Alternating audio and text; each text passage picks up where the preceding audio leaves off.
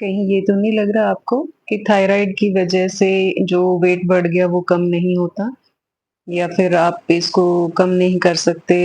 दिन ब दिन आपकी साल दर साल आपकी टैबलेट की एमजी बढ़ती जा रही है और अब भी आप पहले जैसे नहीं हो सकते, ये दिक्कतें कम नहीं हो सकती, रोज़ बढ़ती जा रही हैं।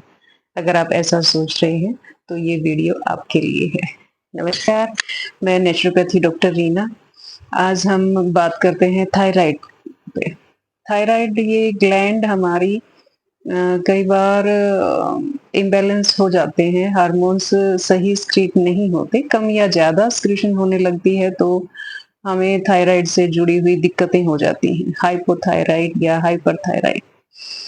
तो उसमें या तो वेट घट जाता है, बहुत कम होता चला जाता है, बिल्कुल ही नहीं रहता है और या फिर बहुत मोटे हो जाते हैं।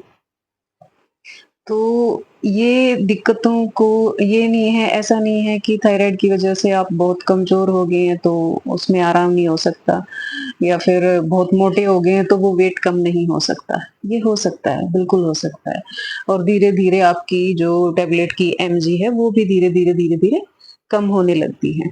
तो इसके लिए सबसे पहले ज़रूरी है नेचुरोपैथी में सबसे पहले काम करना होता है अपने फूड पे। कि आप जो खा रहे हैं, उस पे ध्यान दें।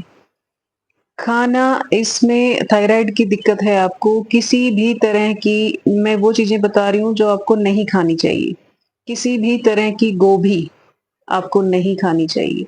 सोयाबीन से परहेज़ करें, जो नट्स होते हैं हमारे, वो भी नहीं खाने चाहिए। जैसे मूँगफली है और काजू है, बादाम है, अखरोट है, ये चीज़ भी नहीं खानी चाहिए। इनको खाएँ, कभी-कभार खाने पड़े आपको, तो उनको भिगो के, उनका छिलका उतार के, फिर वो आप ले सकते हैं। हो सके तो रहने ही दें, वो एक ज़्यादा बेटर आइडिया है। तो और खाएँ, हरी सब्जियाँ इसमें खूब खाएँ और सब्जियाँ। तो ज़्यादा प्रोटीन वाली चीज़ें इसमें थोड़ी-सी अवॉइड करनी चाहिए। जब भी खाना खाएँ, सुबह-शाम जब खाना खाते हैं, तो पहले सलाद इतना खाएँ आपके वेट से कहीं ज़्यादा। जैसे आपका वेट 70 किलो है, 70 किलो है तो 700 ग्राम आपको सलाद खाना ही खाना है। फ्रूट्स खा लो, सुबह के टाइम फ्रूट्स खा लो, इतने। इतने सारे पहले पेट उनसे भर लो, उसके बाद आपको खाना खाओ जो आप खाना खा रहे हैं, सब्जी-रोटी जो खा रहे हैं। तो ये खाएँ शाम का खाना 6 बजे तक खा लें, उसके बाद नहीं खाएँ। और जो थेरेपीज़ इसमें क्या लेनी चाहिए नेचुरोपैथी के हिसाब से, इसमें एक होता है कटी स्नान। कटी स्नान एक टब लेते हैं, तो बड़ा-सा टब ले लें, प्लास्टिक का, लोहे का जो भी आपके पास है तो ठीक है, नहीं तो आप परचेज़ कर लें। प्लास्टिक के टब आते हैं बड़े-बड़े, थोड़े से गहरे, गहरे लें ताकि उसमें उसमें बैठना होता है। पैर बाहर रख के उसमें बैठना होता है पानी डाल के। तो उसमें ठंडा पानी अगर आपसे बर्दाश्त होता है तो ठंडा पानी, नहीं तो फिर गर्म पानी में भी बैठ सकते हैं। कई बुजुर्ग हैं जो ठंडा बर्दाश्त नहीं कर पाते, तो उनके लिए गर्म पानी भी डाल सकते हैं। उसमें डाल के नाभि से जांघ तक का हिस्सा पानी में डिप रहे, पानी में डूबा रहे, इतना पानी हो। कपड़े हटा के बैठना होता है, कपड़े पूरे हटा दें और फिर उसमें नंगे बदन उसमें बैठना होता है टब में। आपके और कोई चीज़ आपके हाथ-पैर और कहीं से नहीं भीगेंगे, पानी रहेगा बस आपकी नाभि से लेके जांघ तक का हिस्सा पानी में डूबा रहेगा। पैर आपके टब से बाहर रहेंगे और पैरों के नीचे कोई पटड़ी वगैरह इसकी लकड़ी की वो रख दें ताकि कंफर्टेबली आप बैठे रह सकें। पैरों का सीधा ज़मीन से संबंध ना हो। ज़मीन पे नहीं रखने पैर, पटड़ी वगैरह पे रखें। वो काठ की पटड़ी रखें। तो ऐसे उसमें बैठना होता है 15 से 20 मिनट, उसमें बैठें और ये हर रोज़ बैठने लग जाते हैं, तो ये एक बहुत ही अच्छा है और ये तो सभी बीमारियों के लिए, कोई भी बीमारी हो आपको अगर ये करने लग जाते हैं और उसी टाइम पे जिस टाइम मैंने आज ये प्रोसेस किया, खाली पेट ये करना होता है। खाली पेट टब में बैठे 20 मिनट बैठ गए आप और हर रोज़ फिर उसी टाइम ये करें। बैठे फिर टब से जैसे ही निकलते हैं, अगर आप ठंडे पानी में बैठे हैं, तो फिर उसको रब करना होता है, उस पोर्शन को, सारा जो हमारे नाभि से नीचे तक, जांघ तक का जो हिस्सा पानी में था, उसको ऐसे रब करके उसको थोड़ा गर्म करना है। फिर थोड़ा चलना है, कुछ कदम कपड़े पहन के फिर कुछ कदम चले, वो हिस्सा फिर थोड़ा सा गर्म करना है। ये प्रोसेस है इसका। और अगर गर्म पानी में बैठे हैं तो उसको पोंछ लें, रब कर लें, बस ठीक है वो। एक ये है। एक ये है कि गले पे, गले की मसाज करें, ऐसे ऐसे ऐसे ऐसे मसाज करें। उज्जयी जो प्राणायाम होता है,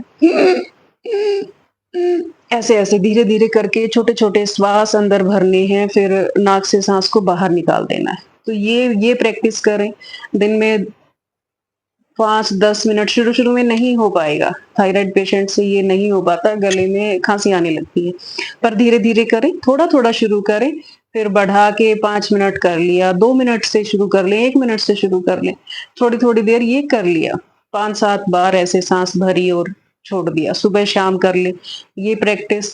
फिर ऊपर से ये कर सकते हैं, खाली पेट ही करना है वो भी, कि ये ऐसे रब किया, पहले इस हिस्से को गरम कर लिया, फिर ठंडे पानी में कोई टॉवल या कॉटन के कपड़े की पट्टी बना लें और वो ठंडे पानी में डिप करके उसको निचोड़ के फिर यहाँ पे पूरे गले पे लगा दें उस पट्टी को।